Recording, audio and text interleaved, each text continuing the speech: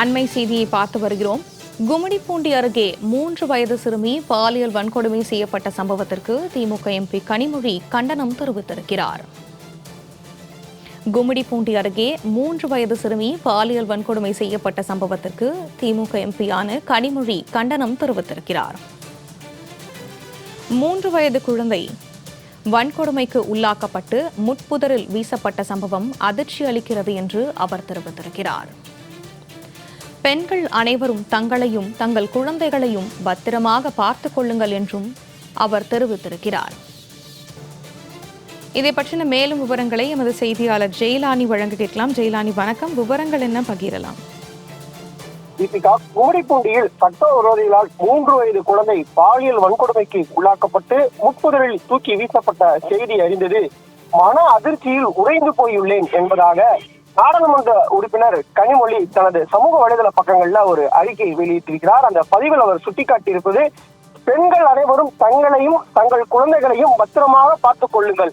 அரசு என எதுவும் உள்ளதா என்று சந்தேகிக்கும் அளவிற்கு இந்த மாநிலம் ஒரு ஆட்சி நடத்தி கொண்டிருக்கிறது என்பதாக தமிழக வெற்றி கழகத்துடைய அந்த அரசையும் விமர்சனம் செய்திருக்கிறார். தொடர்ச்சியாக தமிழகத்துல சட்ட ஒழுங்கு பிரச்சனை அதிகரித்து வருவதாகவும் பாலியல் சீண்டல்கள் பாலியல் குற்றச்சம்பவங்கள் அதிகரித்து வருவதாகவும் எதிர்க்கட்சிகளாக இருக்கக்கூடிய திமுக சார்பாக தொடர்ந்து குற்றச்சாட்டுகள் என்பது முன்வைக்கப்பட்டு வருகிறது. அது தொடர்பான செய்திகள் வெளிவரும் போது அது தொடர்பாக கண்டன அறிக்கைகளையும் வெளியிட்டு வருகிறார்கள். இந்த நிலையில தொடர்பாக அவர் தனது எக்ஸ் வலைதள பக்கத்துல வெளியிட்டிருக்கக்கூடிய அறிக்கையில தமிழக வெற்றி கழகம் என்ற அரசு இருக்கிறதா என்பதை தெரியவில்லை என்று பொறுப்பு சொல்லுக்கு பொருள் தெரியாதவர்கள் நடத்தும் ஆட்சியில் பொதுமக்களே தங்களை பாதுகாப்பை உறுதி செய்து கொள்வதை தவிர வேறு என்ன செய்ய முடியும் என்ற ஒரு கேள்வியையும் அவர் எழுப்பியிருக்கிறார். இது முதல் முறை அல்ல. குறிப்பாக இதற்கு முன்பாக திமுக சார்பில் பெண்கள் அமைப்புக்கான நடைபெற்ற அந்த கூட்டத்திலும் கூட இந்த அரசு பொறுப்பேற்றுக் கொண்டால் அரசு பொறுப்பேற்றுக் கொள்கிறது என்றுதான் கூறுவார்கள். ஆனால் தமிழக வெற்றி கழகத்தை பொறுத்தவரையிலும் இந்த அரசு பொறுப்பேற்றுக் கொண்டதா என்பதே தெரியவில்லை என்பதாக ஏற்கனவே விமர்சனம் முன்வைத்திருந்தார்.